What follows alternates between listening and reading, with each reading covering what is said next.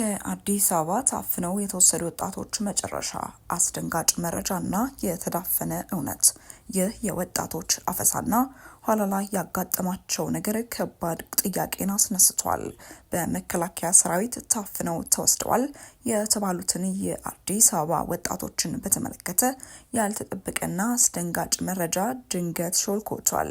ይህንን ጉዳይ በተመለከተ ሰፋ ያለ መረጃ በዝርዝር ሰዓታችን ይዘናል የምናስደምጣችሁ ይሆናል። ህወሓትና ሻዕቢያ ጦራቸውን አዘጋጅተው ጨርሰዋል። ትግራይ ተወራለች። የጦርነት ደመና አንዣቦባት የቆየችው ትግራይ ከባድ ጭንቅ ውስጥ ናት። ያ መራር ለቅሶ፣ ያ አስከፊ ረሃብና ጦርነት በይፋ የሚጀምርበት ቀን ታወቀ። ችላ የተባለው የባለስልጣናቱ አስቸኳይ ማስጠንቀቂያ ጦስ ነገሮች ላይበርዱ ግለዋል። በተደጋጋሚ ሲደመጥ የነበረው ዛቻ እውን ሆነ። አደጋ ላይ የወደቀው የህዝቡ ህልውና፣ የኢትዮጵያ ጠላት የሆነው ሻዕቢያ ትግራይን የጦርነት አውድማ ያደረገበት አደገኛ ሴራና ሻዕቢያና ህወሓት እያደረጉት ያሉት እጅግ አስደንጋጭ ነገር በትግራይ። እኚህን መረጃዎች በዝርዝር ሰዓታችን በስፋት የምናስደምጣችሁ ይሆናል። ሰላም ጤና ይስጥልን ውድ የታርጌት ኒውስ ቤተሰቦቻችን፣ በዚህ ቻናል ላይ የተለያዩ ወቅታዊና ትኩስ መረጃዎችን ለእናንተው ለውድ ተመልካቾቻችን በየዕለቱ የምናደርሳችሁ ይሆናል።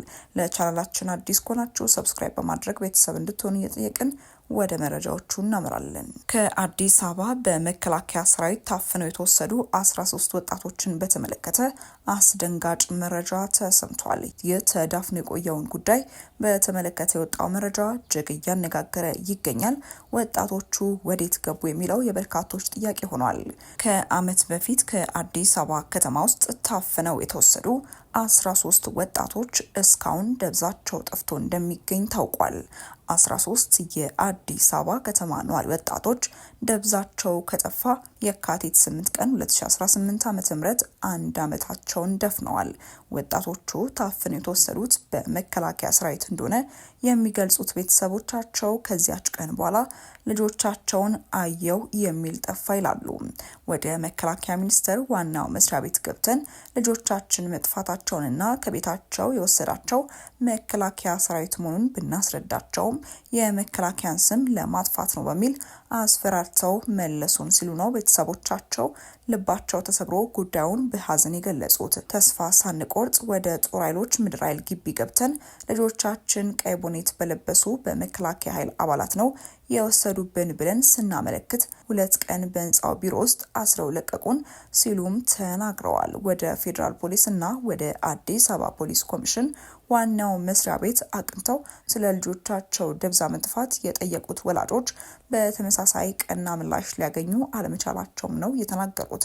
ከመኖሪያ ቤታቸው በሕግ ትፈልጋላችሁ በሚል የወሰዳቸው የመንግስት አካል ሆኖ ሳለ ስንጠይቅ ለምን ጠይቃችሁ በሚል አሁንም ያስፈራሩናል። ለማን አቤት እንበል በማለትም ወላጆች ይናገራሉ። ደብዛቸው ከጠፉት ታሳሪዎች መሃል ገነት አራጌ፣ ሰይፈ ተክለ ጊዮርጊስ፣ አቤል አለምነ፣ ክፍሎም ሀብቴ፣ ሱራፌል ኪሩቤልና ሰብስቤ አለሙ ይገኙበታል። በወቅቱ ታፍነው ከተወሰዱት ውስጥ የኢትዮጵያ ንግድ ባንክ ሰራተኛ ሆነው ወጣት አማኑኤል የማነ ብርሃን ሌላኛው ነበር። ወጣቱ የኢትዮጵያ ንግድ ባንክ ልደታ ቅርንጫፍ በምክትል ስራ አስኪያጅነት ያገለግል ነበር።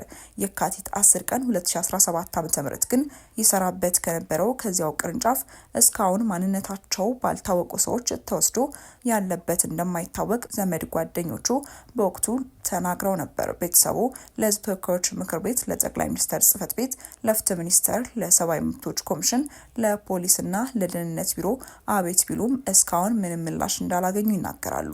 ማመልከቻውን በመጻፍ ይመለከተዋል የተባለ አካል ጋር ሁሉ መድረስን ብንሞክርም መድረስ አልተቻለም፣ የተቻለው ላይ መልስ የለም የሚሉት ቤተሰቦቹ የወጣቱ 2 ልጆች በከባድ ሁኔታ ላይ ናቸው ሲሉም ገልጸዋል። የአማኑኤል ጉዳይ እዚህ ቦታ ለሁለተኛ ጊዜ መፈጸሙ የተረጋገጠ ሲሆን ከሱ ስር ከ2 ወር ቀደም ብሎ አንድ የባንኩ ሰራተኛ የሆነ ስራ አስኪያጅ ልደታ ቅርንጫፍ ንግድ ባንክ ዛጌ ከቀኑ 5 ሰዓት ተኩል ላይ ስራ ላይ እያለ ጭንብል በለበሱ ሰዎች መወሰዱም ታውቋል። እንደ ወጣት አማኑኤል ሁሉ በርካታ ዜጎች ከቅርብ ወራት ወዲህ ተይዘው እንደሚሰወሩ አንዳንዶች የዲያስፖራ ኮሚኒቲ አባል እንደሆኑ እንዲሁም ከተያዙ በኋላ ከጸጥታ አካላት ጋር በገንዘብ ተደራድረው የሚለቀቁ እንዳሉም የመረጃ ምንጫችን ያቀረባቸው መረጃዎች እንደሚያሳዩም ገልጿል።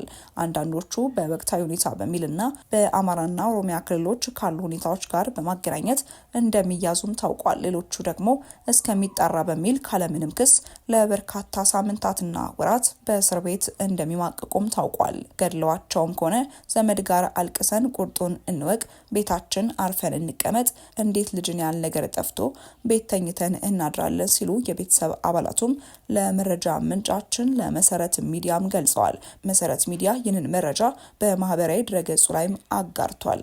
ወደ ቀጣይ ጉዳያችን ስናመራ የኤርትራ ጦር በወልቃይት አቅጣጫ እየተጠጋ ነው። የኤርትራ ወታደሮች ወደ ትግራይ በስፋት መግባታቸው እየተነገረ ይገኛል። ሻዕቢያና ህወሓት ጦራቸውን በተለያዩ አቅጣጫዎች ወደ ውጊያ ግንባሮች እያስጠጉ መሆኑን ክሪቲካል ትሪት የተሰኘ የግጭት ሁኔታዎችን የሚተነትን ተቋም አስታውቋል። በኢትዮጵያ መንግስት ላይ ጦርነት ለመክፈት የተስማሙት ሁለቱ ኃይሎች በዋናነት በሁለቱ አቅጣጫዎች ጦራቸውን ወደ ድንበር አንቀሳቅሰዋልም ተብሏል። ህወሓት ወደ አማራና አፋር አዋሳኝ አካባቢዎች ኃይሉን አስጠግቷል። በሌላ በኩል ሻዕቢያ ጦሩን ያስጠጋበት አንደኛው ግንባር ኢትዮጵያ፣ ኤርትራና ሱዳን በሚዋሰኑበት በወልቃይት በኩል መሆኑን የክሪቲካል ሪፖርትም ያመላክታል። የኢሳያስ አፈወርቂ አስተዳደር በወልቃይት በኩል ከተከዜ በቅርብ ርቀት ላይ ማስፈሩን የተቋሙ ሪፖርትም ያመላከተ ሲሆን በዚያው አቅራቢያ የህወሓት አርሚ 7 ታንክ ጭምር ታጥቆ ሸረሪና ላይ በተጠንቀቅ ቆሟል። ሁለተኛው ግንባር ደግሞ በባድመ ድንበር በኩል ሲሆን ሻዕቢያ ጦሩን እስከ መቀለ ድረስ ያስገባው በዚያው አቅጣጫ መሆኑም ተረጋግጧል። ከህወሓት ጀርባ ሆኖ ጦርነቱን ወደ መሀል ሀገር ለመግፋት ከባድመ እስከ አዲግራት ጦር ያስገባው ሻዕቢያ ወታደራዊ ሎጂስቲኩን በትግራይ መዲና መቀለ ከተማ አስገብቷልም ተብሏል። የሻዕቢያ ጦር መቀለ መድረሱን አዲስ ይፋ ባደረገው መረጃ ያረጋገጠው ክሪቲካል ትሪት በአካባቢው ወታደራዊ ተሽከርካሪዎች እንቅስቃሴ መኖሩን ጠቁሟል። ህወሓት ወደ አማራና አፋር አዋሳኝ አካባቢዎች ያለ የሌለ ኃይሉን አሰባስቦ ሲጠጋ ሻዕቢያ ከጀርባ በታንክ የታጀበ ጦር ከባድመ እስከ አዲግራት እያስገባ ነውም ተብሏል። በተመሳሳይ በኢትዮጵያ መንግስት በኩል ከፍተኛ ወታደራዊ ኃይል እንቅስቃሴ ወደ ትግራይ ክልል አዋሳኝ አካባቢዎች እየገባ መሆኑን ተቋሙ ጠቁሟል።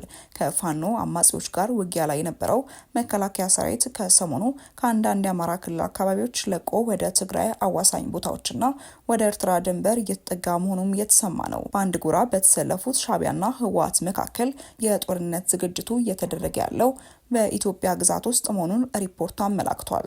ከህወሓት ጋር የተቀናጀው ሻዕቢያ አይቀሬ ነው ለተባለለት ጦርነት እየተዘጋጀ የሚገኘው በኢትዮጵያ ድንበር ውስጥ መሆኑን ተቋሙ በካርታ አስደግፎ ያወጣው ሪፖርት ያመላክታል። ውድ ተመልካቾቻችን ለሰዓቱ የነበረን መረጃ ይህንን ይመስል ነበር። በቀጣይ እስክንገናኝ ድረስ መልካም ቆይታ